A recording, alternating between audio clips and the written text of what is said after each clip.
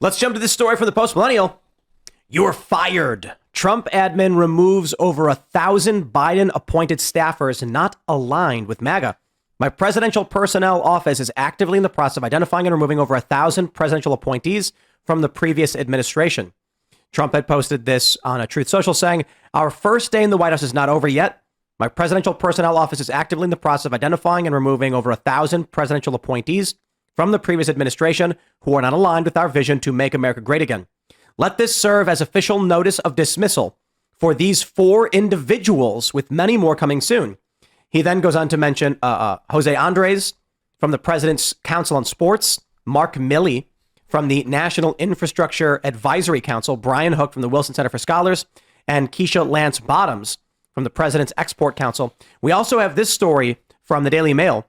Donald Trump fires first female Coast Guard leader over her obsession with DEI. So going back to what Trump is famous for, he is firing lots of people. Good thing. May I defend the absolute necessity of this with an example from my own country? Yes, you may. So those who peripherally follow British politics over in the UK might know a woman by the name of Liz Truss. She was the shortest serving prime minister in history and has since become a decent friend of mine, because the layman's view is that she crashed the economy with a new budget. What ended up happening was the banks, reacting to what the Federal Reserve were doing to curb Biden's inflation, set interest rates high about a week before.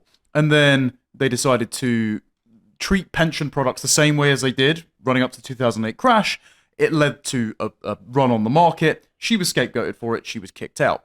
Nobody at the banks lost their jobs for losing millions in public funds, because what the Tony Blair government did in 1997 up to 2010 was ensure that every single civil service appointee is appointed by another civil servant, and every institution is neutral and independent from Parliament. So the heads of the banks, the heads of the civil service, no matter what they get wrong, they cannot be fired or replaced by someone in Parliament, and they have the power to, as we've seen, create enough pressure, enough turmoil to unseat an elected prime minister. And the reason I raise that is because the chairman of the Fed, Jerome Powell, as soon as the prospect of tariffs were brought up, he was saying, well, we might be able to do something with interest rates about that. This is something J.D. Vance warned about. This is something that Trump himself said that he was on the watch for. So the need to have everyone in these institutions that are ostensibly neutral but riddled with political ideology on side to enact the democratic will of the people is necessary, and so Trump needs to get rid of these people. You know, talk about oligarchy. It's been coming up a lot lately. Someone said Trump was involved with an oligarchy. I mean, Federal Reserve, that's the oligarchy right there. Is these unelected, quasi-public, private organizations. Dudes come in and they can like choose where the global interest is. It's absolutely ridiculous. He has to be able to fire anybody, really. Otherwise, elections don't matter, and we don't. The Democrats like to call it a democracy, but I call it a republic. Neither of those is the case if you have people who can't be fired after an election by their boss. So this is just a principle that has to exist. Now, the one thing he's done in an executive order is just a hiring freeze. Okay, you're going to have people who quit, or maybe just they've served so long in government, they die, whatever. At least take advantage of the fact everybody can't stay around forever and quit hiring people. If they supported the past administration politically for what they have done to this country and then to the world in many ways, they should quit and they should be fired. That's it. The word democracy is mentioned 0 times in the U.S. Constitution. The words a Republican form of government is mentioned in the U.S. Constitution. So referring to America as a democracy is anti-American.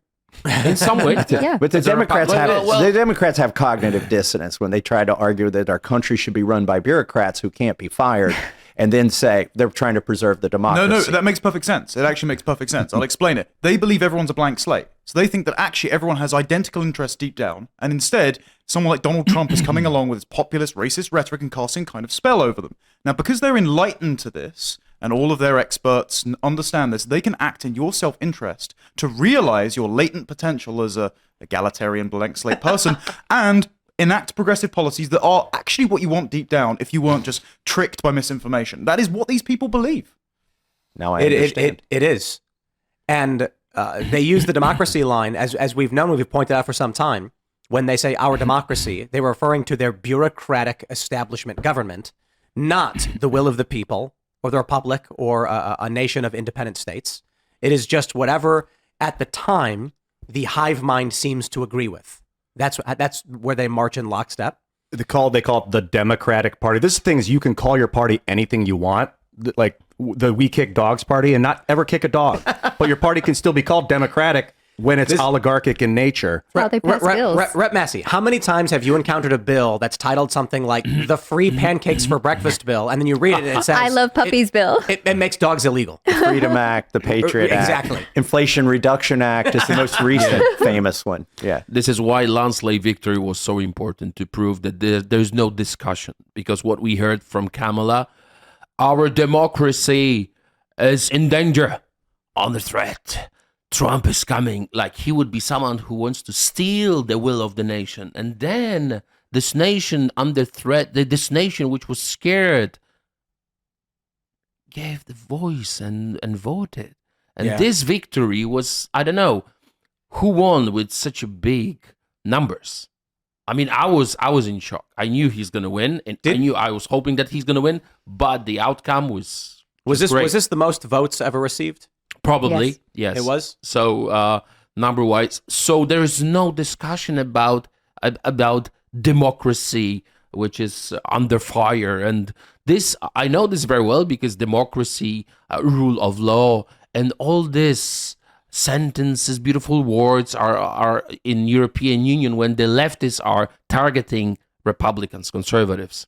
You are the threat against democracy. Do you remember the referendum? That was Scotland, I believe.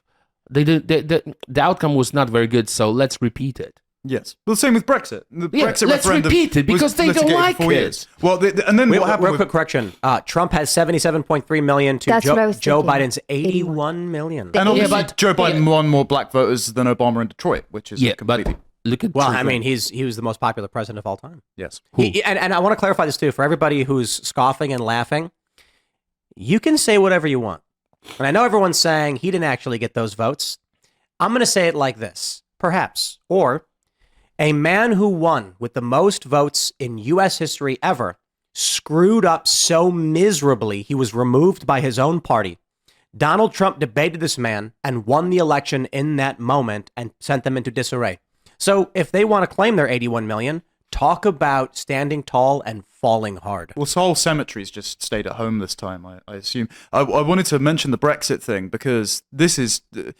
The idea that democracy mattered to the people that wanted to relitigate Brexit is absurd, because as soon as Brexit then happened, the British people were punished for voting for that. Brexit did precede Trump, but Brexit has never been properly carried out, because the main reason that people voted for Brexit was the main reason they voted for Trump this time, and that was to lower inward migration. For people that don't know, America has net migration of about 1 million a year, right? You're a massive country. Still quite high. We're a country the size of New York State. And since Brexit, net migration has gone from about 300,000 a year to over 1 million every single year in the UK. That's right. And the composition has mainly not been chaps like Dominik, where it's majority 80% European, particularly Poles. It's now 250,000 Indians, 100,000 Nigerians, 100,000 Pakistanis, which is great for the grooming gangs, as you can imagine. And literally no party, other than Reform at the last election, but their immigration policy is a bit shaky, wants to stop it and address it. So democracy has not been delivered. So that's very interesting, because I used to live in London. I paid my taxes. I was a migrant, a legal migrant who contributed to your country for the opportunity which was given to me, a migrant, as a student, to learn a little bit of English.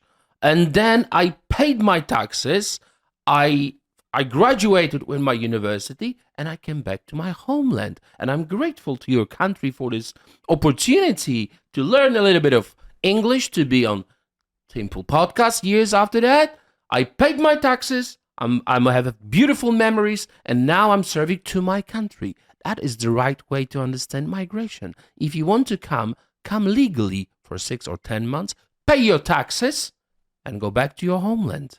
We are not North Korea. It's not like you cannot come to Poland, or you cannot leave the country. What we want, what you should want, what actually you do want, is regular migration, you can apply, you can submit your documents, you can ask for a permission for a visa, you can stay for some time and then go back to your homeland if you are a real patriot. We do not want people who doesn't love their own country because definitely they will not love your country. Do you know how many of that 1 million every year are taxpayers? Do you want to take a guess at the percentage? I would say 10%. 5. There you go. 5%. There So you go. all the debate about the H-1B visas and that in the US is absolutely fascinating. The UK is an absolute warning sign for you guys because in large enough quantities, you get net detriments, crime goes up, and it means that your home is no longer a home. It's just a revolving Change your door for government. economic opportunity. That's it. Thanks for checking out this clip from Timcast IRL.